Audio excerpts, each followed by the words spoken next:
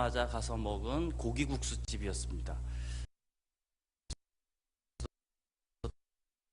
어떤 것이 고기국수였어요. 고기국수. 자, 고기국수를 먹으러 이제 그곳에 갔죠. 그런데 그곳에 딱 갔더니 그 길 가상자리에 웬 그렇게 고기국수집이 많은지 고기국수집이 쫙 있더라고요. 그런데 그렇게 많은 고기국수집이 있지만 그러나 사람이 몰려 있는 데는 한두 군데밖에 없었습니다.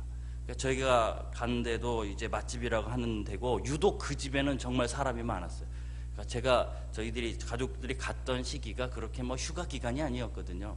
그런데 그 집 앞에는 뭐 사람들이 줄을 서서 있는 거예요. 그리고 다른 집에는 뭐 전혀 사람이 없고요. 그러니까 심지어 어느 정도까지 소문이 났냐면 그 집에 사람이 너무 밀려서 기다리다가 답답해서 옆집으로 가서 고기국수를 먹어서 그 옆집도 사람이 많다라는 그런 이야기가 있을 정도로 아주 그런 유명한 집이었어요. 그곳에는 길가에 계속해서 고기국수집이 굉장히 많았습니다. 그러나 진짜 맛을 낼 수 있는 고기국수집은 몇 군데가 되지 않은 것이죠. 우리가 인생을 살아가면서 사실 많다고 다 좋은 것은 아닙니다. 그렇지 않습니까? 성도 여러분, 우리가 아무리 많아도 소용없는 것들이 얼마나 많은지 몰라요. 자, 우리는 주님을 믿는 사람들입니다. 그래서 우리가 정말 주님을 믿는 사람으로서 그냥 한 사람이 아니라 저희들은 정말 하나님께서 찾으시는 한 사람 되길 바랍니다. 많은 사람 중에 정말 찾으시는 한 사람, 다시 말하면 그리스도의 맛을 내는 한 사람, 그런 한 사람으로서 우리가 우리 인생을 살아갈 수 있기를 주님의 이름으로 축복합니다. 오늘 본문이 이렇게 시작하고 있지 않습니까? 수많은 무리가 함께 갈새, 이렇게 시작하고 있어요. 25절 보면 수많은 무리가 함께 갈새. 예수님께서 가시는 길마다 많은 사람들이 동행했습니다. 찾아 나왔고 예수님을 찾아다녔고 예수님과 함께 길을 걷고 항상 많은 사람들이 있었어요. 지금도 예수님께서 길을 가시는데 많은 사람들이 나와서 예수님과 함께 걸어가고 있는 겁니다. 그런데 갑자기 예수님께서 그 많은 사람들과 함께 쫙 걸어가던 길을 멈추어 섰습니다. 그리고 그들에게 말씀하시는 거예요. 오늘 뭐라고 말씀하십니까? 26절, 27절에 있는 말씀입니다. 이렇게 말씀하셨어요.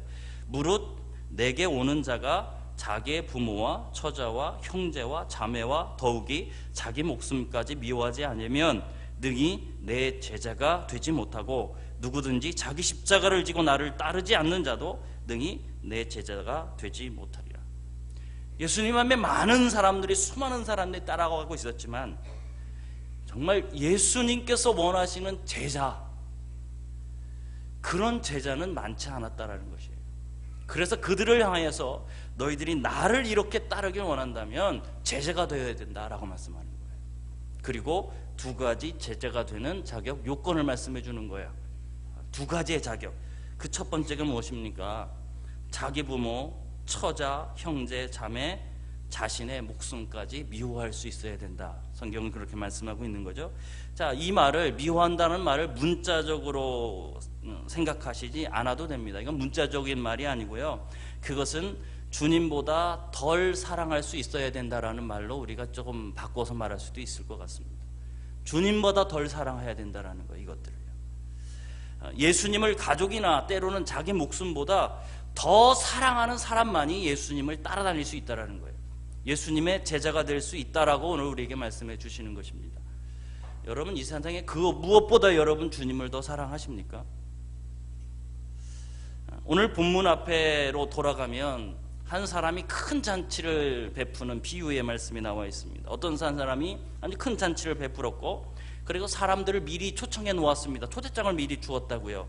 그리고 잔치 시각이 다 되었고 음식이 다 준비되자 이제 두 번째 종을 또 한 번 보내는 겁니다. 그래서 미리 초청해 놓은 사람들에게 가서 그 사람들이 다시 올 수 있도록 다시 직접 가서 다시 초청을 하는 거예요. 그런데 그들 중에 한 사람이 이야기합니다. 제가 밭을 샀습니다. 그래서 오늘은 밭을 산 곳, 내가 산 밭을 보러 가야 합니다. 그래서 오늘 가지 못하겠습니다 라고 얘기합니다. 또 한 사람이 이야기합니다. 제가 소 5겨리를 샀습니다. 지금 제가 그 소 5겨리를 산 그 소를 시험하여 가게 되겠습니다. 그래서 못 가겠습니다. 또 다음 예배 갔더니 또 사람이 말하는 겁니다. 제가 단가 들었습니다. 그래서 지금은 못 가겠습니다 라고 얘기했다라는 것이에요. 이들의 말이 다 그럴듯해요. 다 맞는 말 아닙니까? 그죠? 뭐 밭 샀으니까 한번 가봐야 하고요. 급하게 가봐야 하고, 소도 시험해 봐야 하고, 장가 들었으니 옛날에 구약에는 장가 들면 1년 동안 군도 면제시켜줬지 않습니까? 그러니까 뭐 장가 들었으니 저는 안 되겠습니다라고 얘기할 수 있겠습니다. 많은 이야기들이 뭐 그럴듯한 이야기입니다. 하지만 이 말들의 핵심이 무엇이라고 여러분 생각하십니까? 그럴 수 있습니다. 바쁠 수 있습니다. 그런데 이 말의 핵심이 무엇이라고 생각하십니까? 당신께서 나를 초청해서 참 좋습니다. 그러나 당신은 나에게 있어서 최우선순위는 아니십니다. 이 얘기를 말하고 있는 거죠. 초청해서 참 감사합니다. 그러나 당신이 나에게 최우선은 아닙니다. 제자란 스승에서 이제 배우는 것이고, 그리고 그의 삶을 따라 사는 삶을 말하는 것입니다. 하지만 주님이 나에게 우선순위가 아니면, 주님께서 말씀하시는 것은 너에게 나에게 우선순위가 없다면 결코 너희는 나를 따를 수 없다라고 오늘 말씀하고 있는 거예요. 왜냐하면 예수님은 항상 그렇게 되면 두 번째가 되기 때문입니다. 결코 주님을 따라갈 수가 없습니다. 항상 예수님은 두 번째가 돼요. 첫 번째가 되어야 하는데 예수님은 항상 두 번째가 되는 거예요. 그래서 항상 주님보다 먼저 해야 될 일이 항상 생기게 됩니다.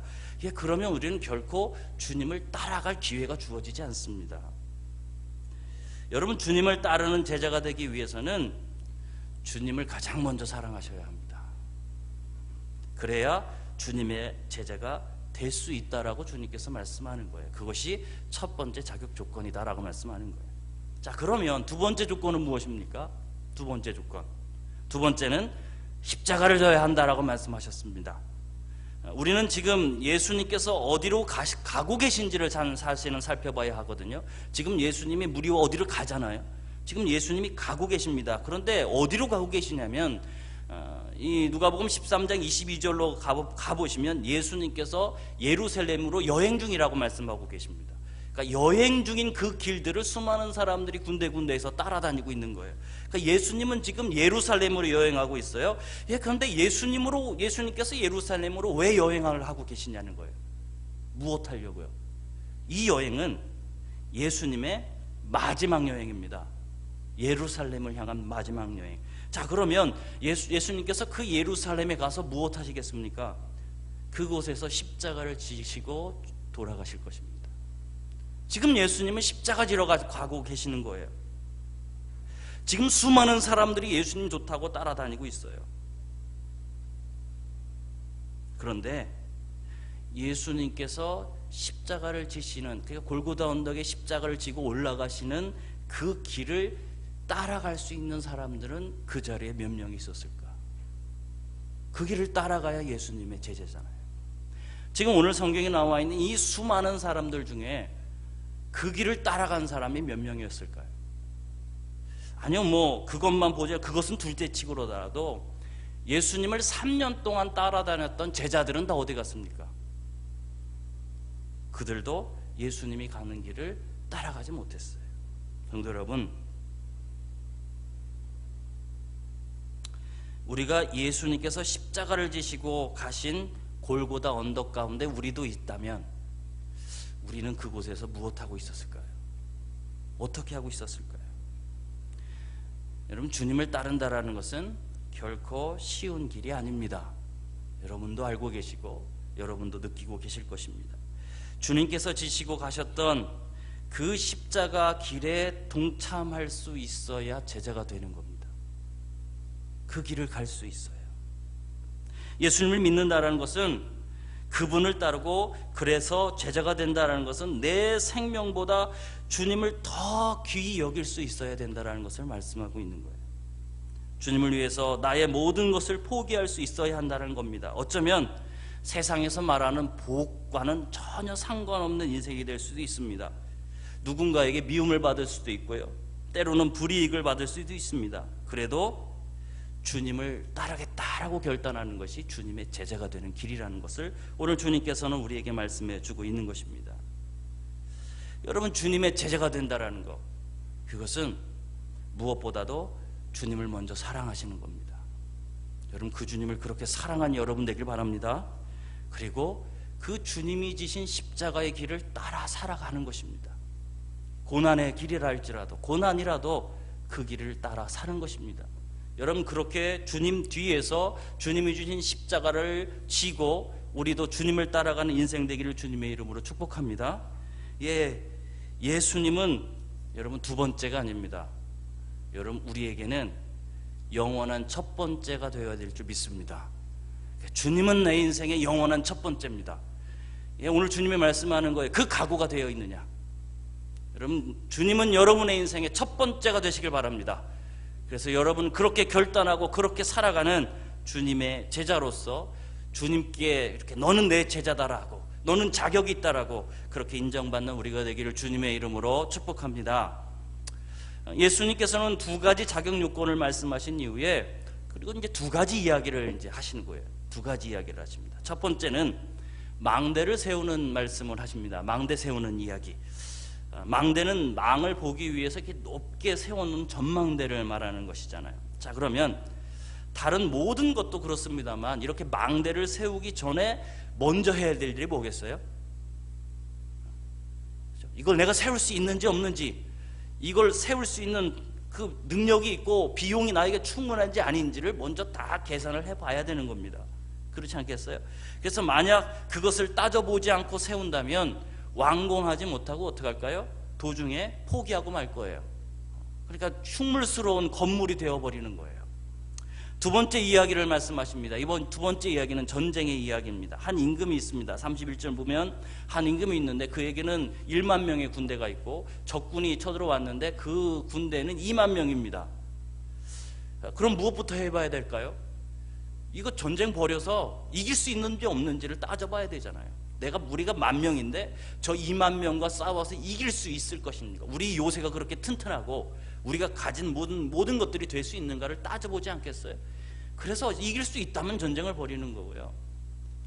아무리 생각해도 이길 가능성이 없다면 어떻게 해야 되겠습니까? 사신을 빨리 보내야 되는 거죠. 빨리 보내서 우리 화해하자, 그렇게 해야 되는 것은 아니겠습니까? 예수님께서 이 말씀을 하시는 이유가 무엇일까요? 예수님은 앞에서 분명히 말씀하셨습니다. 나를 따르려면 미워해야 하고 십자가를 져야 한다.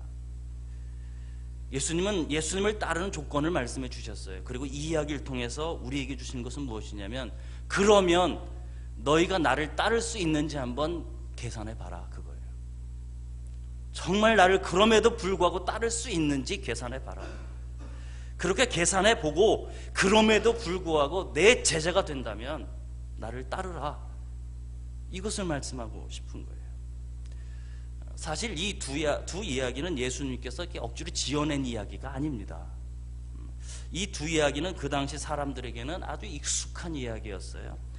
무엇이냐면 이제 성탄절이 다가오지 않습니까? 이렇게 트리도 만들어 놓았습니다만 예수님께서 이 땅에 아기 예수로 오셨을 때에 그 유대 지역을 통치했던 왕이 누구였습니까? 헤롯 대왕이었잖아요, 그죠? 헤롯 대왕. 이 헤롯 대왕은 이스라엘 사람들에게 환심을 사고 싶었습니다. 이스라엘 사람이 아니거든요. 이스라엘 사람들에게, 유대 사람들에게 환심을 사고 싶었어요.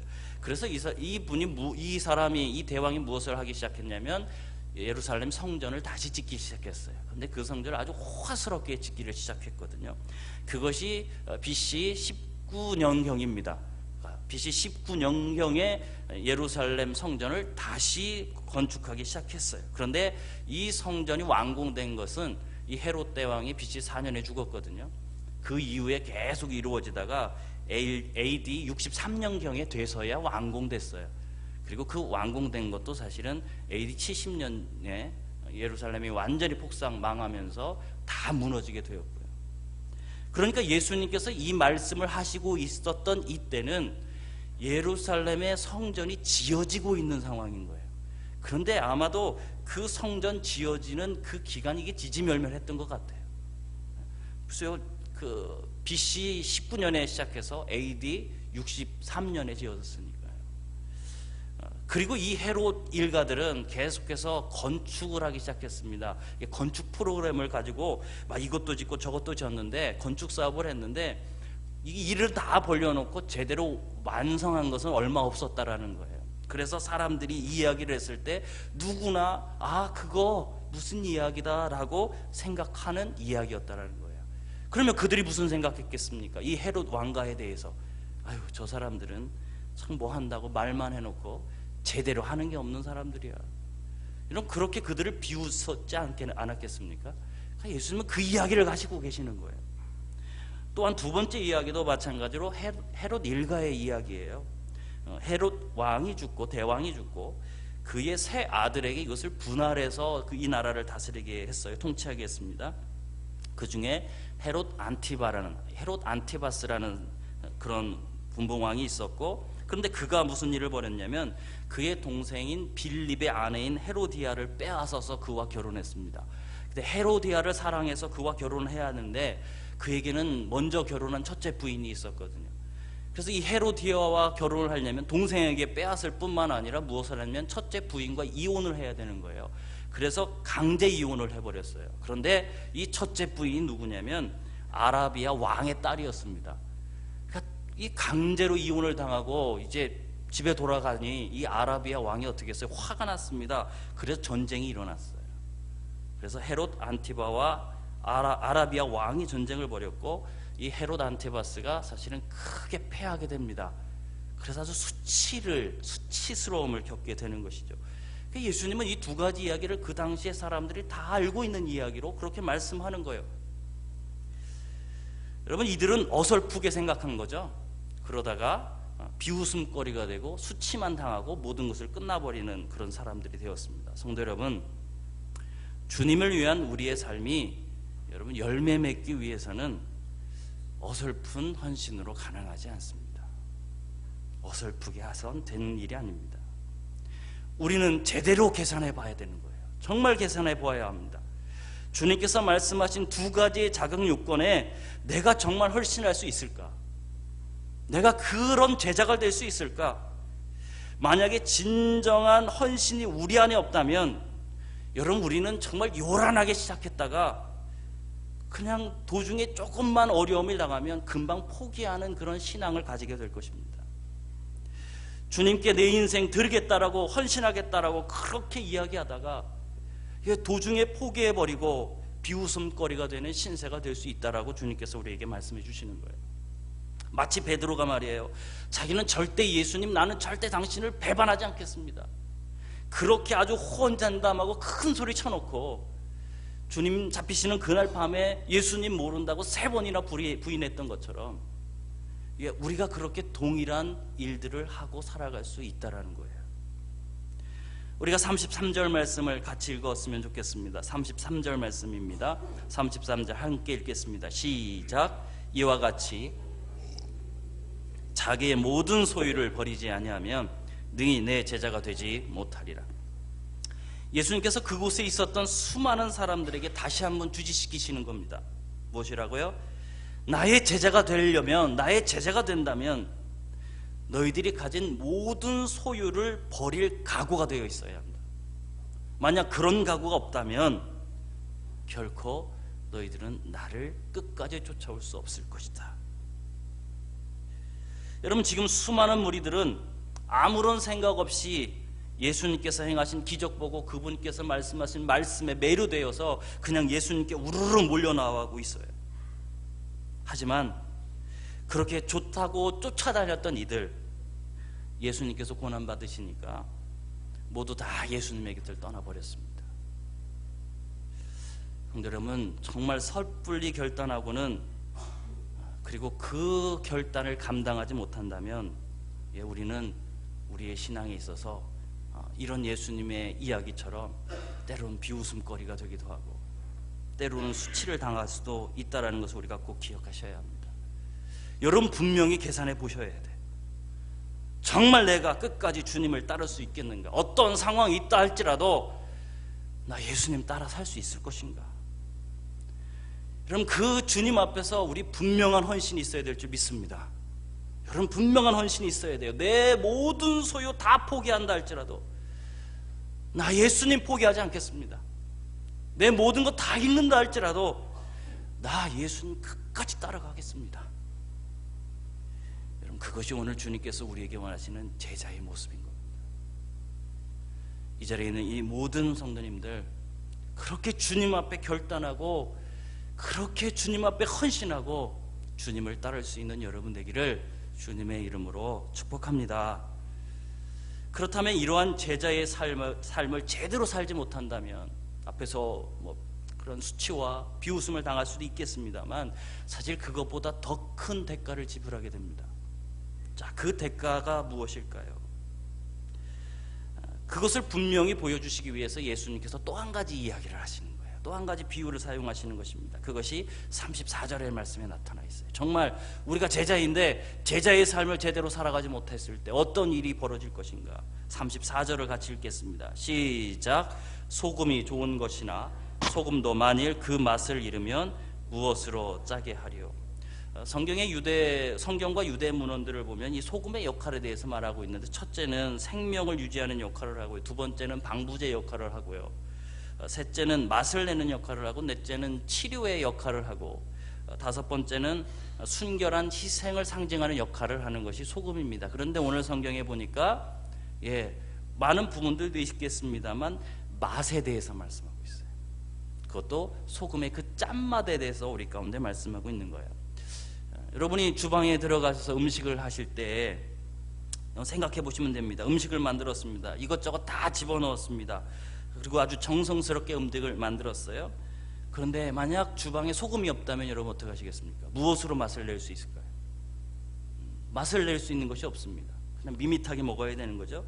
아니요, 소금이 있어요. 그래서 소금, 이거구나, 여기 있구나 라고 해서 그 소금을 집어넣었습니다. 그런데도 맛이 나지 않는 거예요. 이게 왜 이럴까 해서 소금을 하나 찍어 먹어보았더니 소금에서 짠맛이 빠져나간 겁니다. 짠맛이 없어요. 그냥 결정체만 남아 있습니다. 자, 그렇다면 무엇으로 짠맛을 낼 수 있을까요? 무엇으로요? 그 어느 것으로도 짠맛을 낼 수 없습니다. 그렇죠? 요즘 날씨가 추워지고 있습니다. 그래서 이때쯤 되면 등장하는 것이 있어요. 바로 구세군 자선 냄비예요. 벌써 이제 여기 그 사거리 가시면 그 육화 앞에서 자선 냄비의 그 소리가 이제 딸랑딸랑 들리고 있는데요. 이 구세군을 창설한 이 부스가 이제 죽기 얼마 남지 않았습니다. 아마 한 3개월 전이었던 것 같습니다. 그래서 많은 사람들이, 성도들이 이 부스에게 찾아왔어요. 그런데 이 부스가 그들에게 이렇게 당부했다라고 말합니다. 거리에는 울은 여인들이 있습니다. 함께 우시오. 배고픈 아이들이 있습니다. 그대의 주머니를 터시오. 감옥에 죄인이 넘쳐납니다. 사랑의 손길을 펴시오. 우리 구세군은 사회의 악과 싸우는 주님의 군대입니다. 희생이 없는 신앙생활은 짠맛을 잃은 소금과 같습니다. 그러나 그보다 여러분은 자기 자신과의 싸움에서 이겨야 합니다. 윌리엄 부스가 말하는 것과 같이 여러분, 희생이 없는 신앙생활은 짠맛을 잃은 소금과 같은 겁니다. 헌신이 없는 신앙생활은 짠맛이 없는 소금과 같은 거예요. 오늘 본문을 계속해서 강조하고 있는 것이 무엇이겠어요? 미워해야 한다, 십자가를 져야 한다, 모든 소유를 버려야 한다. 주님께서 계속해서 그것을 말씀하고 있어요. 그래야 내 제자가 될 수 있다, 그것을 말씀하고 있어요. 여러분, 이 말씀을 문자적으로 이해하지 않는다는 거 여러분 아시죠? 여러분 문자적으로 이해하지 않을 거예요. 만약 이 말씀을 문자적으로 이해한다면 저는 당장 집에서 나와야 합니다. 아이들과 아내 다 버려놓고 당장 보따리 싸들고 집에서 나와서 교회에서 살아야겠죠. 그러겠죠? 만약 이것을 문자적으로 이해한다면 십자가를 만들어서 매일 어깨에 짊어지고 지금도 십자가를 짊어지고 이 앞에 서서 여러분에게 말씀을 전해야 할 것입니다. 만약 이것을 문자적으로 해석한다면 제가 가진 모든 소유를 지금 다 휴지통에 다 버려야 합니다. 하지만 주님께서 말씀하시는 것은 그것을 말씀하는 것이 아니에요. 무엇을 말씀하시는 거예요? 그것을 다 포기할 정도로 나를 위해서 헌신할 수 있겠느냐, 이거 말씀하는 거예요. 그럴 정도로 나를 위해서 헌신할 수 있겠느냐? 그것이 오늘 성경에서 예수님께서 말씀하시는 소금의 짠맛입니다. 그렇게 헌신하는 그것이 소금의 짠맛이라는 거예요. 그런데 만약에 우리에게 이런 헌신이 없다면 그것은 우리가 짠맛을 잃어버리는 거죠. 그냥 있어요. 모습은 있지만 짠맛은 없습니다. 소금의 생명을 잃어버린 짠맛이 없는 그런 그리스도인들이 되는 것입니다. 그런데 제자가 그 짠맛을 잃었다면 어떻게 될 것인가? 주님께서 말씀하는 거예요. 우리가 그런 짠맛을 잃어버렸다면 어떻게 될 것인가? 주님 말씀하십니다. 35절입니다. 같이 읽겠습니다. 35절 같이 읽겠습니다. 시작. 땅에도 거름에도 내어버리니라. 들을 귀가 있는 자는 들을지어다. 맛을 잃은 소금은요, 쓸모가 없잖아요. 어떻게 하시겠습니까? 쓰레기통에 버려야죠. 길가에 버려야 하죠. 그래서 그냥 사람들이 밟고 지나가 버리는 거예요. 지금 우리의 모습이 여러분 세상에서 그런 것 같지 않습니까? 교회의 모습이 여러분 그런 것 같다라는 생각 안 드십니까? 세상의 외침 잘 들어보세요. 이제 교회 없어도 된다라고 말하고 있지 않습니까? 너희들 우리에게 쓸데없다라고 말하고 있지 않습니까? 너희들 없어졌으면 좋겠다라고 말하고 있지 않습니까? 왜 이런 일이 벌어졌을까? 오늘 성경 말씀에 의한다면 우리가 맛을 잃었기 때문인 겁니다. 맛을 잃었습니다. 백부 김구 선생님께서 이렇게 말씀한 적이 있습니다. 광복을 대고 이 땅에 들어왔을 때 이렇게 말씀하셨어요. 경찰서 100개를 세우는 것보다 교회 하나 세우는 것이 훨씬 낫습니다라고요. 그때 그분이 그렇게 말씀하셨어요. 왜 그때 그분이 그렇게 말씀하셨을까요? 기독교인들을 보니까 하나님의 말씀대로 열심히 살아요. 법이 없어도 살 것 같아요. 정말 서로를 사랑해요. 이웃을 사랑해요. 그 모습을 보니까 경찰서가 없고 교회가 지워진다면 세상이 변하겠구나. 세상이 밝아지고 모든 죄가 사라지고 이 세상이, 이 나라가 든든히 설 수 있겠구나. 여러분, 그것이 판단되니까 이렇게 말한 거 아니겠어요? 정말 교회가 필요하구나 라고 그분이 그렇게 말한 거 아니겠어요? 그런데 우리의 모습을 지금 보자는 겁니다. 세상은 정말 우리를 필요하고 있는 것 같습니까? 필요하고 있는 것 같습니까? 왜 우리가 이렇게 되었을까요? 왜 맛을 잃어가게 되었을까요? 그것은 주님을 위해서 자신을 철저히 헌신하는 사람들이 많지 않기 때문인 거예요. 철저히 주님께 헌신하는 사람. 34절을 다시 보세요. 소금이 좋은 것이나 소금도 만일 그 맛을 잃으면 무엇으로 짜게 하겠는가? 이 말씀은 주님과 함께 했던 수많은 사람들에게 그들에게서 짠맛을 찾을 수 없다라는 말씀을 하신 것이에요. 하지만 또한 이 세상에 그 짠맛을 대체할 것도 없다라고 말씀하시는 거예요. 여러분, 이 세상에 짠맛을 대체할 것은 아무것도 없습니다. 주님의 말씀에 의하면 누가 할 수 있는 거예요? 그리스도인들이 할 수 있는 겁니다. 주님의 말씀에 의하면. 다시 말하면 이 말씀은 책망하는 말씀이기도 하지만 책망만 하시는 말씀이 아닌 거예요. 이 세상에 소금이 될 수 있는 것은 너희들 뿐이야. 제자들 뿐이야. 그러니까 지금은 너희들이 그 맛을 내지 못하지만 그러나 너희들이 그 맛을 내야 돼. 그렇게 헌신해야 돼. 이게 주님은 우리를 도전하고 계신 거예요. 우리를 도전하고 계신 거예요. 여러분, 이 세상에 짠맛을 내는 그리스도인 되시길 바랍니다. 그 짠맛은 다른 거 아니에요. 주님께 철저하게 헌신하시는 겁니다. 예수님이 두 번째가 아닙니다. 예수님은 나의 항상 첫 번째. 그 주님께 내 인생 먼저 드리고 그 주님의 말씀 안에서 살아간다면 우리가 세상에 짠맛을 회복할 줄 믿습니다. 여러분, 우리가 탄핵으로 국가적으로 굉장히 어렵지 않습니까? 또한 영적으로는 교회의 권위가 땅바닥에 떨어졌어요. 마치 정말 세상 사람들이 교회의 권위를 밟고 지나가는 것 같아요. 맛을 잃으면 소금을 밟고 지나가는 것처럼요. 이때에 우리가 어떻게 무엇을 회복해야 될 것인가? 그것은 다시 제자가 되는 겁니다. 다시 제자로 헌신하시는 것입니다. 우리가 주님께 제자로서 다시 철저히 헌신하시는 것입니다. 여러분 믿으십니까? 철저히 헌신하십시오. 여러분 왜 금식을 하겠습니까? 철저히 회개하고 철저히 하나님께 내 인생 드리겠습니다 라고 그렇게 고백하기 위해서 금식하는 거 아닙니까? 우리 다시 주님의 제자가 되겠다고 우리 다시 결단해야 될 줄 믿습니다. 주님 앞에서 주님을 따른다라는 의미가 여러분 무엇인지 여러분 정말 깊이 깨달으셔야 합니다. 주님을 따른다라는 것은 주님이 가신 길을 걸어가는 겁니다. 주님이 가신 길은 십자가 길입니다. 그리고 그 이후에 영광이 주어졌습니다. 우리도 동일합니다. 우리가 주님의 제자라면 주님이 걸어가신 십자가 길을 따라 걸어가실 수 있어야 합니다.